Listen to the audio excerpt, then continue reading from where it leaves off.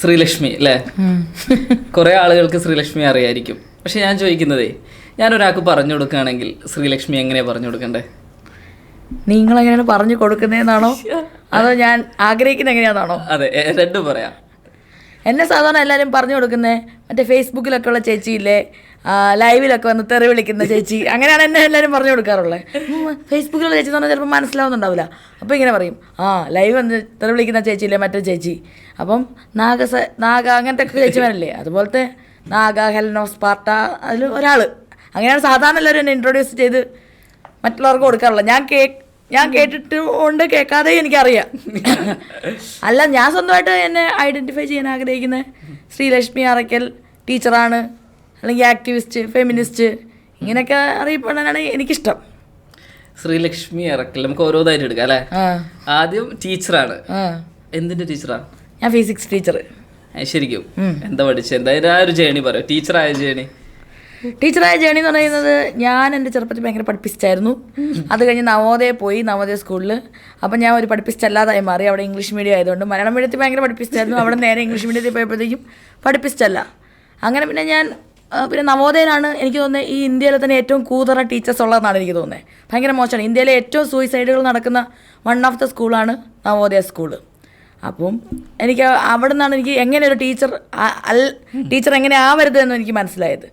അങ്ങനെ പിന്നെ ഞാൻ +1 നാട്ടിൽ വന്നു, അഡ്മിഷൻ എടുത്തപ്പോൾ നല്ല ടീച്ചേഴ്സിനെ എനിക്ക് മനസ്സിലായത്. നല്ല ടീച്ചേഴ്സിനെ എനിക്ക് കാണാൻ വേണ്ടി പറ്റി. അപ്പോൾ എനിക്കൊരു ടീച്ചറാവാൻ വേണ്ടി ഒരു ആഗ്രഹം വന്നു. അങ്ങനെ ഞാൻ ഡിഗ്രി പഠിച്ചു. ഡിഗ്രി BSc ഫിസിക്സ് ആണ് പഠിച്ചത്.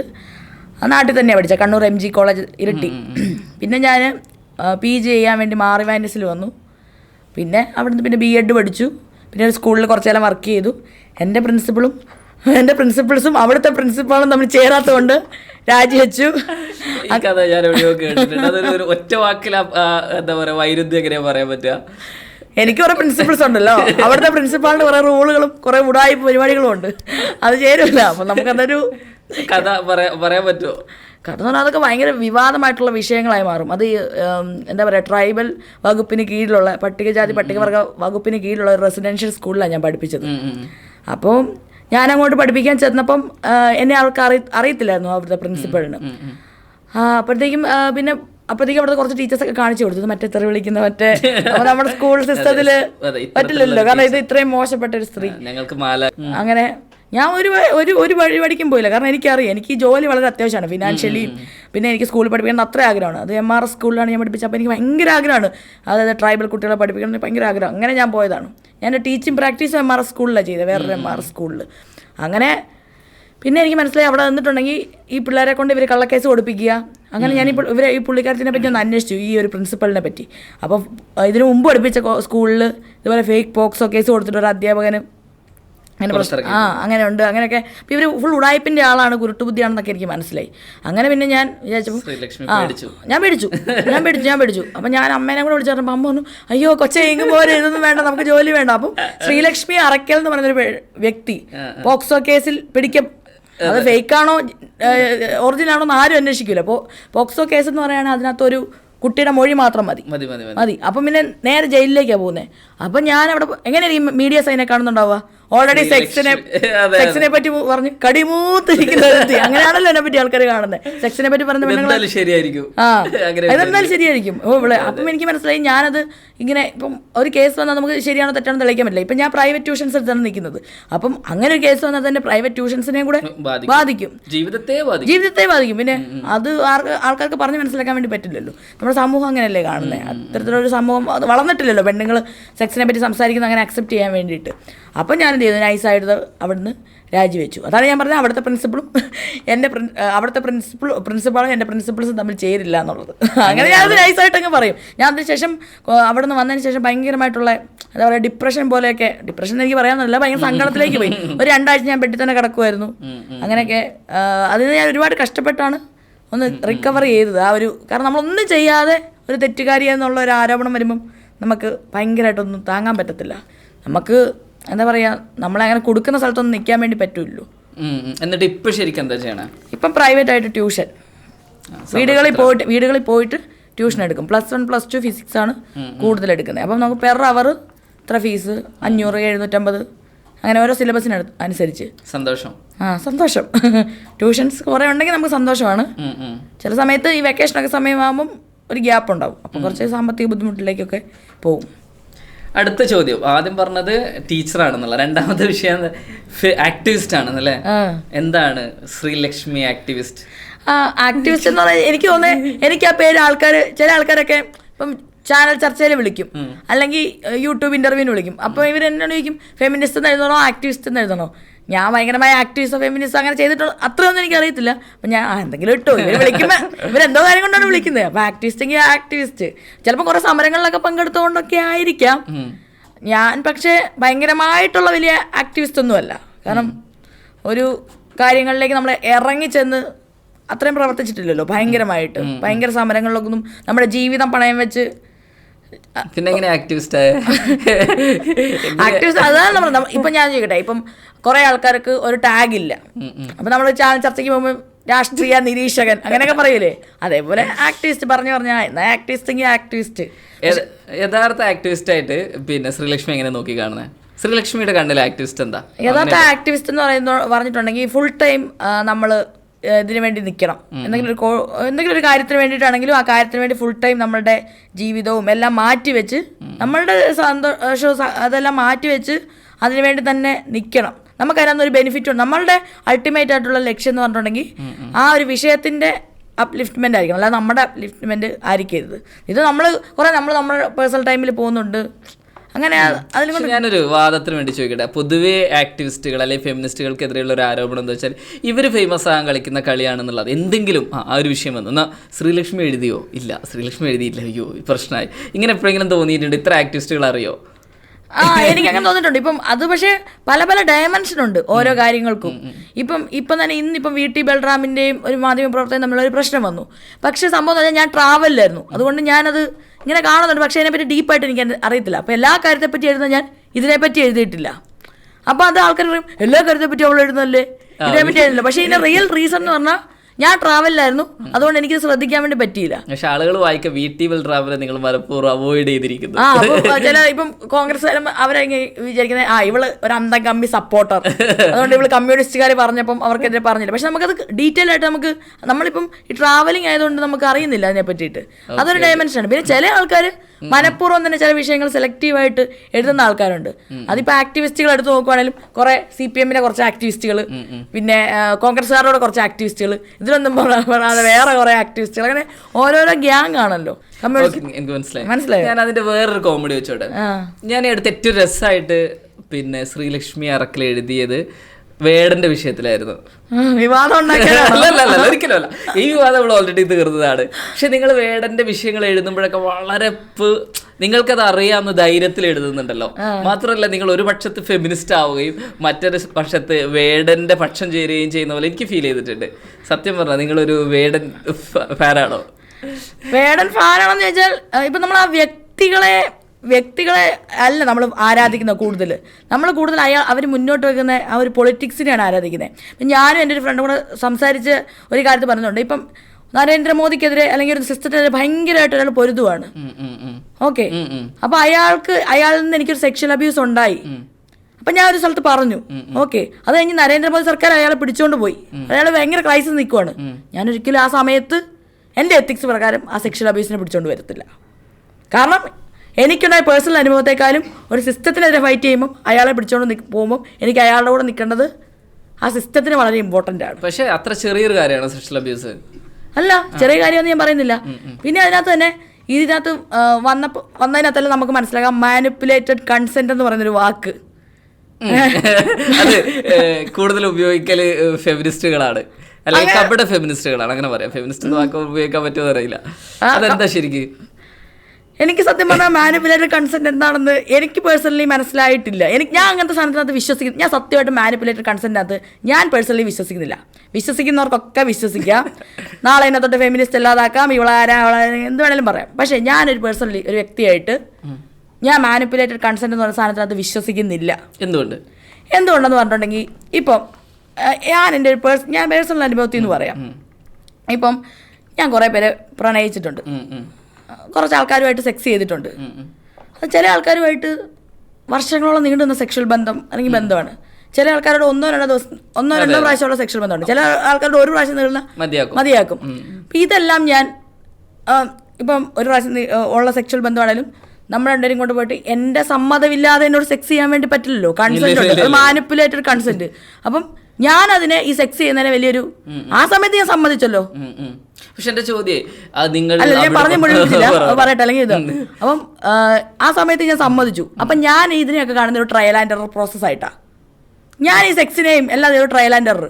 ഞാൻ ഒരാളോട് സെക്സ് ചെയ്തു, അയാൾ എങ്ങനെ മാനിപ്പുലേറ്റ് ചെയ്തോ എന്തെങ്കിലും അയാൾ എന്ത് പറഞ്ഞാലും ഞാൻ എന്റെ ഇഷ്ടപ്രകാരം കൂടിയാണ് അവിടെ സെക്സ് ചെയ്തത്. വയലൻസ് അല്ലേ?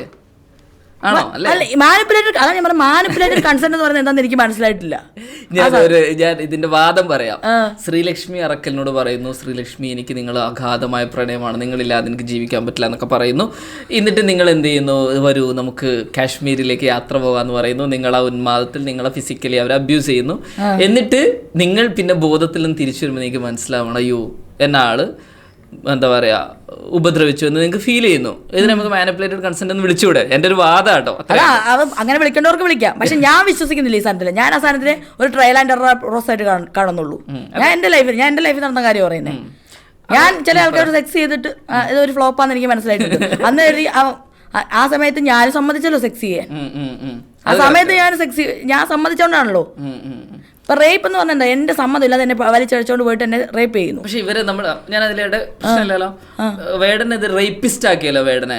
അപ്പൊ നിങ്ങൾ അതാണ് എനിക്കൊരു ഇതുള്ള റേപ്പിസ്റ്റ് എന്ന് പറയുമ്പം എന്താ പറയാ, ഇതിനകത്തുള്ള പ്രശ്നം എന്ന് പറഞ്ഞിട്ടുണ്ടെങ്കിൽ റേപ്പ് തന്നെ, അതായത് ഒരു ഇന്ത്യൻ നിയമത്തിൽ തന്നെ ഈ ലൈംഗിക അതിക്രമങ്ങൾക്ക് പല സ്ഥാനത്തുകൾക്കും പല പല ശിക്ഷകളൊക്കെയാണ്. അപ്പം റേപ്പ് എന്ന് പറയുന്ന ഒറ്റ അംബ്രല്ല ടേമിൽ അതിനെ ഒതുക്കുമ്പം കുറേ പ്രശ്നങ്ങളുണ്ട്. ഈ സെക്ഷൽ അബ്യൂസുകൾ തന്നെ ഡിഫറെന്റ് ടൈപ്പ് ഉണ്ട്. സത്യം. അതായത് റേപ്പ് എന്ന് പറയുന്നത് 100% കൺസെന്റ് ഇല്ലാതെ ഒരു എന്താ പറയുക ഒരു ഉപദ്രവത്തിന്റെ നേരിട്ടുള്ള വയലൻസ് അങ്ങനെ കാണുന്നത് അല്ലേ? ഇപ്പൊ ഗോവിന്ദച്ചാമി അത് അയാൾ ചെയ്ത റേപ്പ്. സെക്ഷൽ അബ്യൂസ് എന്ന് പറയുന്നതിൽ എവിടെയൊക്കെ ഇവരെ സെക്ഷൽ അബ്യൂസ് എന്തൊരു ക്രൈം പോലെയും ഈ അതുകൊണ്ടാണല്ലോ കോടതി അതിന് ഭയങ്കര നിയമം ഉണ്ടാക്കി വെച്ചേക്കുന്നത്, ഓരോന്നായിട്ട്. പക്ഷെ സോഷ്യൽ മീഡിയ എന്താ ചെയ്യുന്നത്, ഒരാളെന്തെങ്കിലും എല്ലാം കൂടെ സോഷ്യൽ മീഡിയ ആണല്ലോ ഇവിടുത്തെ കോടതി, എല്ലാം കൂടെ ഒറ്റയ്ക്ക് അങ്ങ് വിധിക്കും റേപ്പിസ്റ്റ്. വേടന്റെ കേസിൽ പെൺകുട്ടികൾ അബ്യൂസിന് ഇരയായപ്പെട്ട പെൺകുട്ടികൾ പോസ്റ്റ് ഇട്ടു. വേടൻ രണ്ടാമത് സമ്മതിച്ച് സോറി പറഞ്ഞ് പോസ്റ്റ് ഇട്ടു. പോസ്റ്റ് ഇട്ടപ്പോൾ മൂന്നാമത് എല്ലാരും കൂടെ സമ്മതിച്ചത് കൊണ്ട് വലിച്ചഴിച്ചോണ്ട് പോയിട്ടുള്ള റേപ്പിസ്റ്റ് ആക്കി. നാലാമത് അവൻ പോസ്റ്റ് ഡിലീറ്റ് ആക്കി. അപ്പൊ അവിടുത്തെ ആൾക്കാർ എന്തുകൊണ്ട് പോസ്റ്റ് ഡിലീറ്റ് ആക്കി? അപ്പൊ അവ സമ്മതിച്ചാണ് റേപ്പിസ്റ്റ് ആണ്. അപ്പൊ എനിക്ക് എല്ലാ റേപ്പല്ല എല്ലാ സെക്ഷൽ അബ്യൂസുകളെയും ഒരേ രീതിയിൽ എനിക്ക് നോക്കി കാണാൻ വേണ്ടി പറ്റത്തില്ല എനിക്ക് പേഴ്സണലായിട്ട്. ഓക്കെ, എന്നാലും ഞാൻ വേറെ കാര്യം ചോദിച്ചോട്ടെ. നമ്മൾക്കിപ്പോൾ നിങ്ങൾ പറഞ്ഞല്ലേ എല്ലാം ഒരു ട്രയൽ ആൻഡ് എറർ ആണെന്നുള്ളത്. പക്ഷേ ഈ എററിൽ നിങ്ങൾ മാത്രമല്ലല്ലോ ഉത്തരവാദി, അതിൽ വേറെ എന്തെങ്കിലുമൊക്കെ ഘടകങ്ങൾ ഉണ്ടാവും. അപ്പൊ അതിനെ നിങ്ങൾ എങ്ങനെ നോക്കി കാണാം? അങ്ങനത്തെ നിങ്ങൾ അങ്ങ് വിട്ടേക്കും ആ കഥ? എററല്ല, അത് നമ്മളുടെ അതിപ്പോ അതാണ് ഈ സെക്സിനെ ഭയങ്കര വേറൊരു എന്തോ പവിത്രവും പാവനവുമായിട്ടുള്ള എന്തോ തേങ്ങയായിട്ട് കാണുന്നതുകൊണ്ടാണ് ഇവിടുത്തെ പ്രശ്നം. അതായത് ഇതിനൊരു നോർമൽ കാര്യമായിട്ട് കണ്ടാൽ മതി. നമ്മളിപ്പോൾ എന്തൊക്കെ ചെയ്യുമ്പോൾ എന്തൊക്കെ എറർ പറ്റുന്നു അതുപോലെ അങ്ങ് കണ്ടാൽ പോരെ. ഇതാണ് എൻ്റെ ഒരു വാദം. അതായത് ഇപ്പം നമ്മൾ എന്തൊക്കെ ചെയ്യുമ്പോൾ എറർ പറ്റുന്നുണ്ട്. അപ്പം നമ്മളുടെ ശരീരത്തിന് അത്ര പവിത്ര പാവനമായിട്ട് കാണുന്നതുകൊണ്ടാണ് ഈ പ്രശ്നം വരുന്നത്. പക്ഷേ ഇവരുടെ അല്ലെങ്കിൽ ഈ കാര്യത്തെ ഇത്രയും ആളുകൾക്കെതിരെയുള്ള ഒരു ടൂളാക്കി മനഃപൂർവ്വം ഉപയോഗിക്കുകയാണെന്നാണോ ശ്രീലക്ഷ്മി വിചാരിക്കുന്നുണ്ട്? അങ്ങനെ ഉണ്ടോ? അങ്ങനെയല്ല. ഇപ്പം വേടനെതിരെ വേടൻ സെക്ഷൽ അബ്യൂസ് ചെയ്തിട്ടുണ്ടെങ്കിൽ വേടനെതിരെ മീറ്റു വിളിക്കണം. ആ മീറ്റു വിളിക്കേണ്ടതിൻ്റെ ആവശ്യകത എന്താണ്? എനിക്ക് മനസ്സിലായ കാര്യങ്ങളാണ് ഞാൻ ഇന്നത്തെ പറയുന്നത്. അതെന്താണ്? അതായത് നമ്മൾ ഗേൾസ് പറയുകയാണ് ഇന്നയാളെന്നെ പീഡിപ്പിച്ചിട്ടുള്ളൂ. അതിൻ്റെ ഉദ്ദേശം എന്ന് പറഞ്ഞിട്ടുണ്ടെങ്കിൽ അവരിൽ നിന്നും ബാക്കിയുള്ള പെൺകുട്ടികൾ കുറച്ച് അകലം പാലിക്കണം. അതാണ് എൻ്റെ മനസ്സിലാക്കി അങ്ങനെയാണ്. അതായത് ഇപ്പം എന്നോട് നമ്മൾ തന്നെ ഇങ്ങനെ പറയാറുണ്ട് ഗേൾസ് ഗ്യാങ്ങിൽ അവൻ കൊള്ളൂല, അവൻ ആരെ കിട്ടിയാലും അങ്ങനത്തെ ഒരു കണ്ണാണ് അങ്ങനെ. അപ്പം അതിനൊന്ന് പബ്ലിക്കായിട്ട് വിളിച്ച് പറയുന്നു. ഇനി നിങ്ങൾക്ക് അയാൾ ശിക്ഷ ചെയ്യപ്പെടണമെങ്കിൽ എന്ത് ചെയ്യണം? നിങ്ങൾ കോടതി വഴി പോകണം. പക്ഷെ നമ്മുടെ കോടതി ഭയങ്കര മോശമാണ്. കാരണം ഒരു പെൺകുട്ടി പോയിട്ടുണ്ടെങ്കിൽ അവരെ വീണ്ടും വീണ്ടും അത് ഓർമ്മിപ്പിപ്പെടുത്തി അങ്ങനത്തെ ഒരു കോടതി വ്യവസ്ഥയാണ്. അപ്പം ഈ എല്ലാ സിസ്റ്റത്തിനകത്തും പ്രശ്നങ്ങളുണ്ട്. മനസ്സിലായി. എല്ലാ ഒരു സിസ്റ്റവും അങ്ങനെ പെർഫെക്റ്റ് ആയിട്ടല്ല. ഇപ്പം നമുക്കൊരു അവരോട് പോയി കേസ് കൊടുക്ക് എന്ന് പറയാൻ വേണ്ടി പറ്റത്തില്ല. ഇവരെ സോഷ്യലി ഈ മീറ്റു നേരിട്ട ആളെ എല്ലാവരും ബോയ്ക്കോട്ട് ചെയ്യണം, ആരും സപ്പോർട്ട് ചെയ്യാൻ പാടില്ല, അവരുമായിട്ട് ഫ്രണ്ട്ഷിപ്പ് ഉണ്ടാക്കരുത്, അങ്ങനെ പറയാൻ വേണ്ടി സോഷ്യലി ഒറ്റപ്പെടുത്താൻ വേണ്ടി പറ്റില്ല. വേടനെതിരെ മീറ്റു വിളിച്ചിട്ടുണ്ടെങ്കിൽ അല്ലെങ്കിൽ ഒരാൾക്കെതിരെ മീറ്റു വിളിച്ചാൽ അവരുമായിട്ട് പിന്നീട് ഇടപഴകുന്ന ആൾക്കാർ ഒന്ന് സൂക്ഷിക്കുക. അതാണ് മീറ്റു എന്നുള്ളതാണ് എനിക്ക് മനസ്സിലാവുന്നത്. എൻ്റെ ഒരു ചോദ്യം എന്താ അറിയോ, ഭയങ്കര ഈ പറയുന്ന സൊസൈറ്റിക്കെതിരെയൊക്കെ സംസാരിക്കുന്ന ശ്രീലക്ഷ്മി ഇപ്പോൾ ഈ ചുറുചുറുക്കലൊക്കെ ഇങ്ങനെ പറയായിരിക്കും. പക്ഷെ ഇത് കഴിഞ്ഞ് ഒരു വയസ്സാകുന്ന ശ്രീലക്ഷ്മി അല്ലെങ്കിൽ നാളെ ഇവിടുന്ന് പോകുന്ന വഴിയിലൊന്ന് വണ്ടി തട്ടി എന്താ പറയാ, എന്തായിരുന്നു കളി, ഇത് പറയില്ലേ? ഇതിന് എനിക്ക് പേടിയേ ഇല്ല. ഞാൻ സത്യം പറയാം, ഞാൻ പണ്ട് മുമ്പിലെ ഡയലോഗ് പറയായിരുന്നു. പക്ഷെ എനിക്ക് പിന്നെ ഒരു ടെൻഷൻ. കാരണം എന്താ, കല്യാണം കഴിഞ്ഞ് കുഞ്ഞൊന്നും ഇല്ലെങ്കിൽ സിസ്റ്റത്തിന്റെ പുറത്താണ് നമ്മള്. നമുക്ക് എന്ത് സംഭവിച്ചാലും എന്തേ നല്ല കാലത്ത് കെട്ടിയില്ലാലോ, അല്ലെങ്കിൽ എന്തേ ആരും നോക്കാമല്ലോ, അല്ലെങ്കിൽ പറയും. ഈ ഒരു ധൈര്യം എങ്ങനെ ശ്രീലക്ഷ്മിക്ക് കിട്ടി? അതോ വെറുതെ പേടിയുണ്ടാ? പേടിയുണ്ടോയെന്ന് ചോദിച്ചാൽ നാട്ടുകാർ പറയുന്നതിന് എനിക്ക് പേടിയില്ല. പക്ഷേ എൻ്റെ സ്വന്തം മനസ്സിലൊരു കാര്യം ഉണ്ടാവുമല്ലോ, നാളെ എനിക്ക് ഒരു പ്രശ്നം വന്നാൽ ഞാൻ ഒറ്റപ്പെട്ട് പോകുമല്ലോ എന്ന്.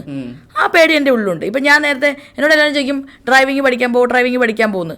ഞാൻ ഡ്രൈവിംഗ് പഠിക്കാൻ പോയി, എന്നിട്ട് ഞാൻ വീണപ്പോൾ എനിക്ക് പേടിയായി. അതായത് ഞാനൊന്ന് കാലൊടിഞ്ഞ് കിടന്നാൽ എനിക്ക് വേറെ ആരുമില്ല, എനിക്ക് കഞ്ഞി വെച്ച് തരാനോ അല്ല എന്നെ നോക്കാൻ വരാനോ അങ്ങനെ ആരുമില്ല.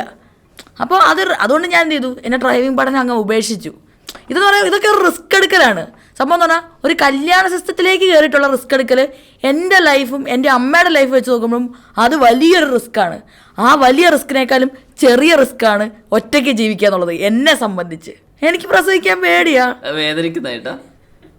എനിക്ക് പണ്ട് തൊട്ട് ഗർഭിണികളെ കാണുമ്പോൾ ഭയങ്കര പേടി. ഇങ്ങനെ വയറിങ്ങനെ വീർത്ത് അപ്പം ഞാൻ ഈ ബസ്സിലൊക്കെ ഗർഭിണികളെ കാണുമ്പോൾ എനിക്ക് പേടി, ഇവരുടെ വയറിങ്ങനെ പൊട്ടുവോ അങ്ങനെയൊക്കെ എനിക്ക് ഭയങ്കര പേടിയാണ് ഗർഭിണികളെ. അതുപോലെ എനിക്ക് കുട്ടികളെ എടുക്കാൻ ഞാൻ ഇതുവരെ കുഞ്ഞു കുട്ടികളെ അങ്ങനെ ഇത്ര ഉള്ളതിനെ എടുത്തിട്ടില്ല. 3 വയസ്സൊക്കെ ആകുമ്പോൾ ഇങ്ങനെ ഒക്കത്ത് കയറ്റി വെക്കാൻ പറ്റുന്നതൊക്കെ ഞാൻ എടുത്തുള്ളൂ. ഇങ്ങനെ എടുക്കാൻ എനിക്ക് പേടിയാണ്. എൻ്റെ കയ്യിൽ നിന്ന് കൊച്ചു താഴെ വീണ് കൊച്ചിന് തല പോയി ഇടിക്കുവോ അങ്ങനത്തെ ഒക്കെ. എനിക്ക് ഈ പ്രസവം, കുഞ്ഞു കുട്ടികൾ ഇതെല്ലാം പേടിയാണ്. പക്ഷെ നിങ്ങളുടെ ഒരു കുഞ്ഞുണ്ടാവണം നിങ്ങൾക്ക് ആഗ്രഹമില്ലേ? ഇങ്ങനെ ഉടുപ്പൊക്കെ വാങ്ങിച്ചു കൊടുത്ത് കളിപ്പിക്കാനോ? ഇല്ല, എനിക്ക് സ്വന്തം ഉടുപ്പ് വാങ്ങാൻ പൈസ ഇല്ല. ഇനി അത് മാത്രമല്ല, ഇപ്പം ഞാൻ എന്താ പറയുക, ഞാൻ എല്ലാവരും ഇങ്ങനെ പറയും, ഇവള് ആ ഇവളുടെ അച്ഛൻ ഒരു കോണ്ട വിട്ട് കളിച്ചിരുന്നെങ്കിൽ, അല്ലെങ്കിൽ ഇവളുടെ അച്ഛൻ മുണ്ടിൽ തുടച്ചിരുന്നെങ്കിൽ, ഇങ്ങനെയൊക്കെ ആൾക്കാർ കമന്റ് ഇടും. അപ്പം ഞാനും വിചാരിക്കും അങ്ങനെ സംഭവിച്ചാൽ എന്ത് നന്നായിരുന്നു. കാരണം എനിക്ക് എൻ്റെ ഇങ്ങോട്ടേക്ക് ഭൂമിയിലേക്ക് വരുമ്പോൾ സ്ട്രഗിളിങ്ങാണ്.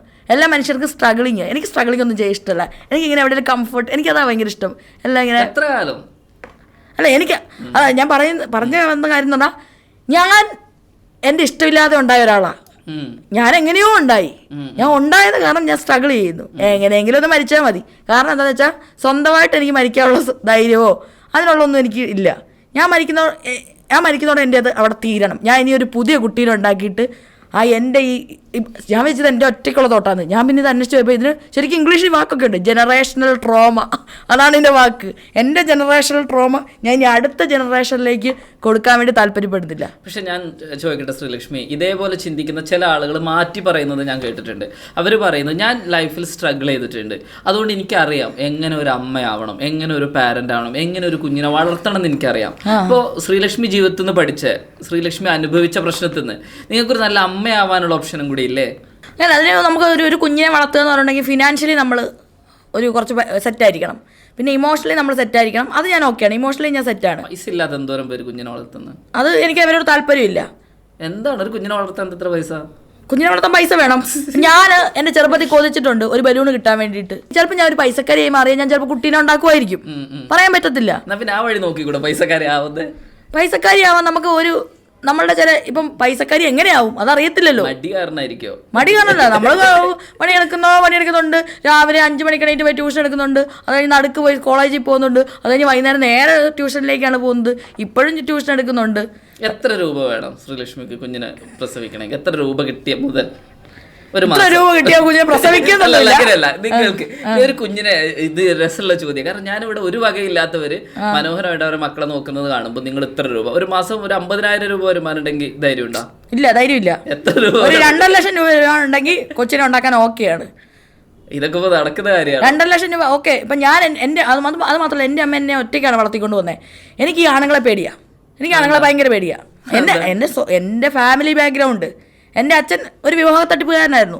അങ്ങനെ അയാൾ പല സ്ഥലത്ത് പോയി പിള്ളേരെ ഉണ്ടാക്കിയിട്ട് അങ്ങനെ പോയ ഒരു വ്യക്തിയാണ്. അപ്പം എൻ്റെ അമ്മ എന്നെ ഒറ്റയ്ക്ക് വളർത്തുന്ന ഞാൻ കണ്ടു. ഞാനൊരു അങ്ങനത്തെ ട്രയൽ ആൻഡ് എറർ അതിന് ഞാൻ തയ്യാറല്ല. കാരണം അത് വേറൊരു മനുഷ്യനെ ബാധിക്കുന്ന കാര്യമാണ്. അതായത് ഞാനൊരു കുട്ടീനെ ഒറ്റയ്ക്ക് വളർത്താൻ എനിക്കത് പറ്റൂല. കാരണം എൻ്റെ അമ്മ അതെങ്ങനെയൊക്കെയോ ചെയ്തു. പക്ഷേ ഇനി ഒരു കുട്ടി ഉണ്ടാകും, എനിക്കറിയാം 2 പാരൻ്റ് ഇല്ലാത്തതിൻ്റെ ബുദ്ധിമുട്ട് എന്താണെന്ന്. ഞാൻ ഒരു കുട്ടീനെ ഉണ്ടാക്കിയിട്ട് എന്തെങ്കിലും കാര്യം കൊണ്ട് എൻ്റെ സ്വഭാവമല്ലേ, ഡിവോഴ്സ് ആയെന്ന് വിചാരിച്ചു. ഇങ്ങനെയൊക്കെ പേടിക്കണോ? നല്ല മനുഷ്യൻ ഇതുവരെ കണ്ടെത്തിയില്ല. നല്ല മനുഷ്യന്മാരെയൊക്കെ ഉണ്ട്. ഇപ്പം നമ്മൾ എത്ര നല്ല മനുഷ്യനാണെങ്കിലും എന്തോരം പേര് ഇപ്പം 17ാമത്തെ വർഷം വേർപിരിയുന്നു, 10ാമത്തെ വർഷം വേർപിരിയുന്നു. അങ്ങനെയൊന്നുമില്ല. അതൊക്കെ കുറേ സാഹചര്യങ്ങളും നമുക്കൊന്നും പ്രെഡിക്റ്റ് ചെയ്യാൻ പറ്റത്തില്ല ഇങ്ങനത്തെ കാര്യങ്ങൾ. ഒരു കാര്യം പറയട്ടെ ശ്രീലക്ഷ്മി, നമ്മളിപ്പോൾ ഇവിടുത്തെ നാടിൻ്റെ ഒരു സിസ്റ്റം, കുടുംബം, കുട്ടികളെല്ലാം ഉണ്ടല്ലോ, ഇതൊക്കെ എനിക്ക് ഇത്രയും പൈസ വേണം, ഇത്ര ഇമോഷണലി ഞാൻ ഫിറ്റ് ആവണം എന്നൊക്കെ വിചാരിച്ചിട്ടാണ് ആളുകൾ ഉണ്ടാകുക. ഒന്നുമല്ല. കാരണം അതിൻ്റെ കൂടെയാണെങ്കിൽ മാത്രമാണ് സൊസൈറ്റിയെ നമ്മൾ അക്സെപ്റ്റ് ചെയ്യുന്നുള്ളൂ. അല്ലെങ്കിൽ നമ്മൾ നാളെ വീണ് പോയാൽ, അല്ലെങ്കിൽ നമ്മുടേതായ ഇത് നമ്മുടെ ഒരു ജെനറ്റിക്കൽ ഡ്യൂട്ടിയും കൂടി ആണോ എന്ന് എനിക്കൊരു സംശയമുണ്ട്. ഞാൻ എൻ്റെ ഒരു വാദത്തിന് വേണ്ടി പറയാം. ജെനറ്റിക്കൽ ഡ്യൂട്ടി ആയിരിക്കും, അതുകൊണ്ടല്ലേ നമ്മൾ കോണ്ടം ഉപയോഗിച്ച് അതിനെ തടയുന്നത്. അതിനാണല്ലോ സയൻസ് ഉണ്ടാക്കി വെച്ചേക്കുന്നത്. പക്ഷെ എൻ്റെ ചോദ്യം എന്താ അറിയോ, ശ്രീലക്ഷ്മി ഇപ്പോഴും പറയുന്നത് എൻ്റെ അടുത്ത് പൈസ ഇല്ല, എനിക്ക് ആണുങ്ങളെ വിശ്വാസമില്ല, അവിടെ ഞാൻ കല്യാണം കഴിക്കുന്നില്ല. പക്ഷെ ആക്ച്വലി ശ്രീലക്ഷ്മിക്ക് കുറച്ചുകൂടെ കഴിഞ്ഞ് അങ്ങനെ സർവൈവ് ചെയ്യാൻ പറ്റും. നിങ്ങൾക്കൊരു മാനസികമായ പ്രശ്നം വരില്ലേ? എനിക്ക് പേടിയായിട്ട് മാനസികമായ പ്രശ്നം വരുമായിരിക്കും. പക്ഷെ ഞാൻ എന്ത് ചെയ്യുന്നു, എനിക്ക് മാനസികമായ പ്രശ്നം വന്നാൽ ഞാൻ ഒറ്റയ്ക്കല്ലേ, ഞാൻ എങ്ങനെയെങ്കിലും നേരിട്ടോളും. പക്ഷെ ഞാനൊരു കുട്ടീനെ കൊണ്ടുവന്നിട്ട് അതിനും കൂടി എന്തിനാ മാനസിക പ്രശ്നം കൊടുക്കുന്നേ? ഞാൻ അനുഭവിച്ചു, ഓക്കെ, ഞാൻ ഇനി മരിച്ചു പൊക്കോളാം. ഇനി ഇപ്പം ബാക്കിയുള്ള ഒരു കൊച്ചിനെ കൂടെ കൊണ്ടുവന്നിട്ട് അതിനെ ഞാൻ ഈ ട്രാക്കിലൂടെ എന്തിനാ കൊണ്ടുപോകുന്നേ? ഒറ്റ ചോദ്യം കൂടെ, എങ്ങനത്തെ ഒരു മനുഷ്യനെ കണ്ട ശ്രീലക്ഷ്മി കല്യാണം കഴിക്കും? ശ്രീലക്ഷ്മിയുടെ കുട്ടിയുടെ അച്ഛൻ്റെ യോഗ്യത കാരണം അറിയാലോ, പൈസ വിട്. രണ്ടാമത്തെ അതെനിക്ക് അങ്ങനെ എനിക്ക് പറയാൻ വേണ്ടി പറ്റുന്നത്. ഇപ്പൊ എനിക്ക് കുട്ടി ഉണ്ടാവണമെന്ന് ഒരു പോയിന്റ് ഓഫ് ടൈമിൽ എനിക്കൊരു ആഗ്രഹം വന്നിട്ടുണ്ട്. 27-26 വയസ്സിൽ ആഗ്രഹം വന്നിട്ടുണ്ട്. അതെങ്ങനെയാണെന്ന് വെച്ചാൽ, ഒരാളോട് ഭയങ്കരമായി പ്രണയം തോന്നിയപ്പോഴും എനിക്ക് കുറേ ക്വാളിറ്റി ഉണ്ട്, അയാൾക്ക് കുറേ ക്വാളിറ്റി ഉണ്ട്. നമ്മൾ രണ്ടുപേരും കൂടെ ഒരുമിച്ചുണ്ടാവുന്ന ഒരു കുട്ടിയുടെ പ്രൊഡക്റ്റിന് എൻ്റെ നല്ല ക്വാളിറ്റീസും ഇയാളുടെ നല്ല ക്വാളിറ്റീസും കൂടെ ഉണ്ടായിട്ട് അതൊരു നല്ല പ്രൊഡക്റ്റ് ആയിരിക്കാം എന്ന് ഞാൻ ചിന്തിച്ചിട്ടുണ്ട്. പക്ഷെ അത് ചിന്തിക്കുമ്പം അത് നല്ലൊരു ചിന്തയാണ്. പക്ഷെ അത് ചിന്തിക്കുമ്പം തന്നെ ഇപ്പുറത്ത് ഫിനാൻഷ്യൽ എടുക്കണം. ഞാൻ സ്റ്റേബിളല്ല, പുള്ളിക്കാരന് സ്റ്റേബിളല്ല. പക്ഷെ നിങ്ങൾ ചിലപ്പോൾ കല്യാണം കഴിച്ചിട്ടുണ്ടെങ്കിൽ മനോഹരമായിട്ട് നിങ്ങളുടെ കുഞ്ഞിപ്പോൾ നഴ്സറി പഠിക്കുന്നുണ്ടാവും. അതിൽ കാര്യമില്ലോ, നടക്കാത്ത ഇതേപറ്റി പറയണമല്ലോ. പിന്നെ ഞാനിത് ചോദിക്കാം, ഞാൻ ആ വ്യക്തിനെ പറയാൻ വേണ്ടിയിട്ടല്ല. അതായത് ഞാൻ പറയുന്നത് ഇപ്പം എനിക്കും ഇങ്ങനെ പേടിയുള്ള മനുഷ്യനാണ്. പക്ഷെ ഇതിനൊരു ധൈര്യം കാണിക്കണ്ടേ? ഇവിടെ എന്തോരം മനുഷ്യർ ധൈര്യം കാണിച്ച് കല്യാണം കഴിച്ചു. ധൈര്യം കാണിക്കുന്നവരൊക്കെ ധൈര്യം കാണിച്ചോട്ടെ. എനിക്ക് അങ്ങനത്തെ കാര്യത്തിലൊന്നും ധൈര്യമില്ല. എനിക്ക് വേറൊരു മനുഷ്യന്മാരെ സംബന്ധിച്ചുള്ള കാര്യം, അതായത് ഞാനൊരു കുട്ടീനെ ഉണ്ടാക്കി അതെൻ്റെ സ്വന്തം പ്രോഡക്റ്റാ. ഞാൻ എൻ്റെ സ്വന്തം പ്രോഡക്റ്റിനെ എനിക്ക് ഏറ്റവും നന്നായി നോക്കണം എന്നാണ് ആഗ്രഹം. ഞാൻ അങ്ങനെ ഉണ്ടാക്കുന്നുണ്ടെങ്കിൽ അതെന്നെ കൊണ്ട് പറ്റത്തില്ല. അപ്പം ഞാൻ എന്തിനാ അങ്ങനെ ഒരു സാധനത്തിന് ഉണ്ടാക്കുന്നേ? ഓക്കെ, ഇതൊരു ഒറ്റ സംശയം, ഇതൊരു എന്താ പറയുക, പോസ്റ്റ് മോഡേൺ ചിന്തയുടെ ഒരു അബദ്ധമായിരിക്കുമോ? നമ്മൾ അങ്ങനെ കുറെ കണ്ടിട്ടുണ്ട്. പോസ്റ്റ് മോഡേൺ ചിന്ത അബദ്ധം എന്നറിയത്തില്ല. അതായത് എനിക്ക് കുറെ കാലമായിട്ട് ജനറേഷണൽ വെൽത്ത് ഇല്ലാത്തതിന്റെ അബദ്ധമായിരിക്കും ചിലപ്പോൾ ഇത്. ജനറേഷണലായിട്ട് വെൽത്ത് ഇല്ലല്ലോ, നമ്മൾ കാസ്റ്റ് പ്രിവിലേജ് അല്ല, നമുക്ക് വീട്ടിൽ അച്ഛനും 2 പാരൻസ് ഇല്ല, ജനറേഷനായിട്ട് വെൽത്ത് ഇല്ല. നമ്മളിപ്പോൾ നല്ല പഠിച്ചു, എത്ര ക്വാളിഫിക്കേഷനാണ് കിടക്കുന്നത്? 2 PG ഉണ്ട്, അത്രയും ക്വാളിഫിക്കേഷൻ ഉണ്ട്, ഫിസിക്സ് റാങ്ക് ഹോൾഡർ എല്ലാം ക്വാളിഫിക്കേഷൻ ഉണ്ട്. പക്ഷെ നമുക്ക് ജനറേഷനായിട്ട് വെൽത്ത് ഇല്ലാത്തതുകൊണ്ട് നമുക്ക് കുറച്ച് പൈസ കൊടുത്ത് എയ്ഡഡ് കോളേജിൽ കയറാനും സ്കൂളിൽ കയറാനും പറ്റത്തില്ല. അങ്ങനെയൊക്കെ കുറേ പ്രശ്നമുള്ളൂ. PSC എഴുതി ഇരിക്കണം. അത് PSC ആണെങ്കിൽ ഇവിടെ കേസും കിടക്കുമോ ഇപ്പുറത്ത് എൻ്റെ. അങ്ങനെ ശ്രീലക്ഷ്മി എവിടെ ഒന്നുകൂടെ ശ്രദ്ധിച്ചില്ലെങ്കിൽ ശരിയാകുമായിരുന്നോ? ഇല്ല അല്ലേ? അങ്ങനെ ഞാൻ വിചാരിക്കുന്നില്ല. ഇതൊക്കെ നമുക്ക് ആകെ ഒരു ജീവിതമേ ഉള്ളൂ. ഇപ്പം ഞാൻ ഇവിടെ വിചാരിക്കും ഇടയ്ക്ക് ഇനിയിപ്പോൾ ചിലപ്പം ജയിലിൽ പോകേണ്ടി വരുമായിരിക്കും, കേസിൻ്റെ വിധിയൊക്കെ വന്നാൽ. അതൊരു എക്സ്പീരിയൻസ് അല്ലേ? ഞാൻ അങ്ങനെയൊക്കെയാണ് വിചാരിക്കുന്നത്. ഇപ്പം അതൊരു എക്സ്പീരിയൻസ്, നമ്മളൊരു ജീവിതം, ആ ജീവിതത്തിനിടയിൽ നമ്മൾ പല പല എക്സ്പീരിയൻസിലൂടെ കടന്നു പോകുന്നു. എന്നാലും അൾട്ടിമേറ്റ് ആയിട്ട് എല്ലാവരുടെയും ജേണിയുടെ അവസാനം ഒന്നല്ലേ? പക്ഷെ നമ്മൾ ജീവിക്കുമ്പോൾ സന്തോഷം വേണ്ടേ? എനിക്ക് സന്തോഷമുണ്ട്, ഞാൻ ഭയങ്കര ഹാപ്പിയാ. എനിക്ക് സന്തോഷമുള്ള വഴിയാണ് ഞാൻ തെരഞ്ഞെടുത്തേക്കുന്നത്. ഞാൻ അതിലൊപ്പം തന്നെ ചോദിച്ചോട്ടെ, ശ്രീലക്ഷ്മിന്റെ വേറെ കോമഡി എനിക്ക് ഫീൽ ചെയ്തത് എന്താ അറിയോ? ശ്രീലക്ഷ്മി ഒരേ സമയത്ത് ഭയങ്കര പുരോഗമനം പറയുകയും എന്നാൽ ചില സമയത്ത് അതിനെ തന്നെ കോൺട്രഡിക്ടറി ആയിട്ടുള്ള പോയിന്റ്സുകൾ പറയുകയും ചെയ്യുന്നുണ്ട്. ഇതെന്താ ശരിക്കും പുരോഗമനയുടെ, എസ്പെഷ്യലി IFFK മുടിയൊക്കെ കെട്ടി വരുന്ന കുറെ ആൾക്കൂട്ടത്തിൽ എനിക്ക് ശ്രീലക്ഷ്മിയെ കാണാൻ പറ്റാറില്ല. എന്നാലോ IFFK സജീവമായിട്ടുള്ള ഒരു മനുഷ്യനായിട്ട് നിങ്ങളെ കാണാൻ പറ്റാറുണ്ട്. പക്ഷെ അവർ രണ്ടുപേരും, നിങ്ങളും അവരും പറയുന്നതിൽ സമാനതകളും ഉണ്ട്. പക്ഷെ നിങ്ങൾ എന്താ അങ്ങനെ ഒരു കൂട്ടത്തിന്റെ ഭാഗമാവാഞ്ഞേ പുരോഗമനക്കാരുടെ? അത് എനിക്ക് തോന്നുന്നില്ല, ഞാൻ ഷോ ഓഫ് കാണിക്കാൻ വേണ്ടിയുള്ള പുരോഗമനക്കാരിയായത് അതുകൊണ്ടായിരിക്കും. ഞാൻ പുരോഗമനം അറിയാതായി പോയതാ. ഞാൻ സത്യം ഞാൻ എൻ്റെ മനസ്സിലുള്ള അതുപോലെ വിളിച്ചു പറയും. എനിക്ക് ഈ ഒളിയും മറയും വെക്കാൻ അറിയത്തില്ല. വിളിച്ചു പറയുമ്പം അത് പുരോഗമനത്തിൻ്റെ ഇടയിലായി പോയി. ഇവിടെ ഉണ്ടോയെന്ന് ചോദിച്ചാൽ ഇവിടെ ഇല്ല, അവിടെ ഉണ്ടോയെന്ന് ചോദിച്ചാൽ അവിടെ ഇല്ല. അതുകൊണ്ട് കുറേ എനിക്ക് ചില കാര്യങ്ങളൊന്നും എനിക്ക് പറയാം. അത് ഇപ്പം എനിക്ക് അവരുടെ കൂടെ കൂടാൻ വേണ്ടിയിട്ട് എനിക്ക് ചില കാര്യങ്ങൾ അഗ്രി ചെയ്യാം. പക്ഷേ ഞാൻ അങ്ങനെ അഗ്രി ചെയ്യാൻ തയ്യാറില്ല. പക്ഷെ ചില കാലഘട്ടത്തിൽ ഞാൻ അഗ്രി ഇരുന്നിട്ടുണ്ട്. അതൊക്കെ എന്താ പറയുക, നമ്മൾ വയസ്സ് വെക്കുമ്പോഴേ നമുക്ക് കുറെ ബോധം വരുന്നത്. ഇപ്പം ഇപ്പൊ വേടന്റെ ഇഷ്യൂ ആകുമ്പോൾ എല്ലാവരും അതിന് ഓപ്പോസിറ്റാണ് പറഞ്ഞത്. എല്ലാവരും വേടൻ അഗേൻസ്റ്റ് പറഞ്ഞു. പക്ഷെ എനിക്കൊരു സ്റ്റാൻഡ് ഉണ്ട്, അത് ഞാൻ പറഞ്ഞു. അത്രയും ധൈര്യം എനിക്കിപ്പോൾ ഉണ്ടായി. ആര് ഈ ലോകം മൊത്തം എഴുത്തിൽ പറഞ്ഞാലും എനിക്ക് ശരിയെന്ന് തോന്നുന്ന കാര്യം പറയാൻ എനിക്ക് ധൈര്യം ഉണ്ടായി. ഇടതുപക്ഷത്തിനെ വിമർശിക്കുന്ന ഒഴിച്ച് ഇടതുപക്ഷത്തെ കാരണം അത്രയും എനിക്ക് വിമർശിക്കാൻ ധൈര്യമില്ല.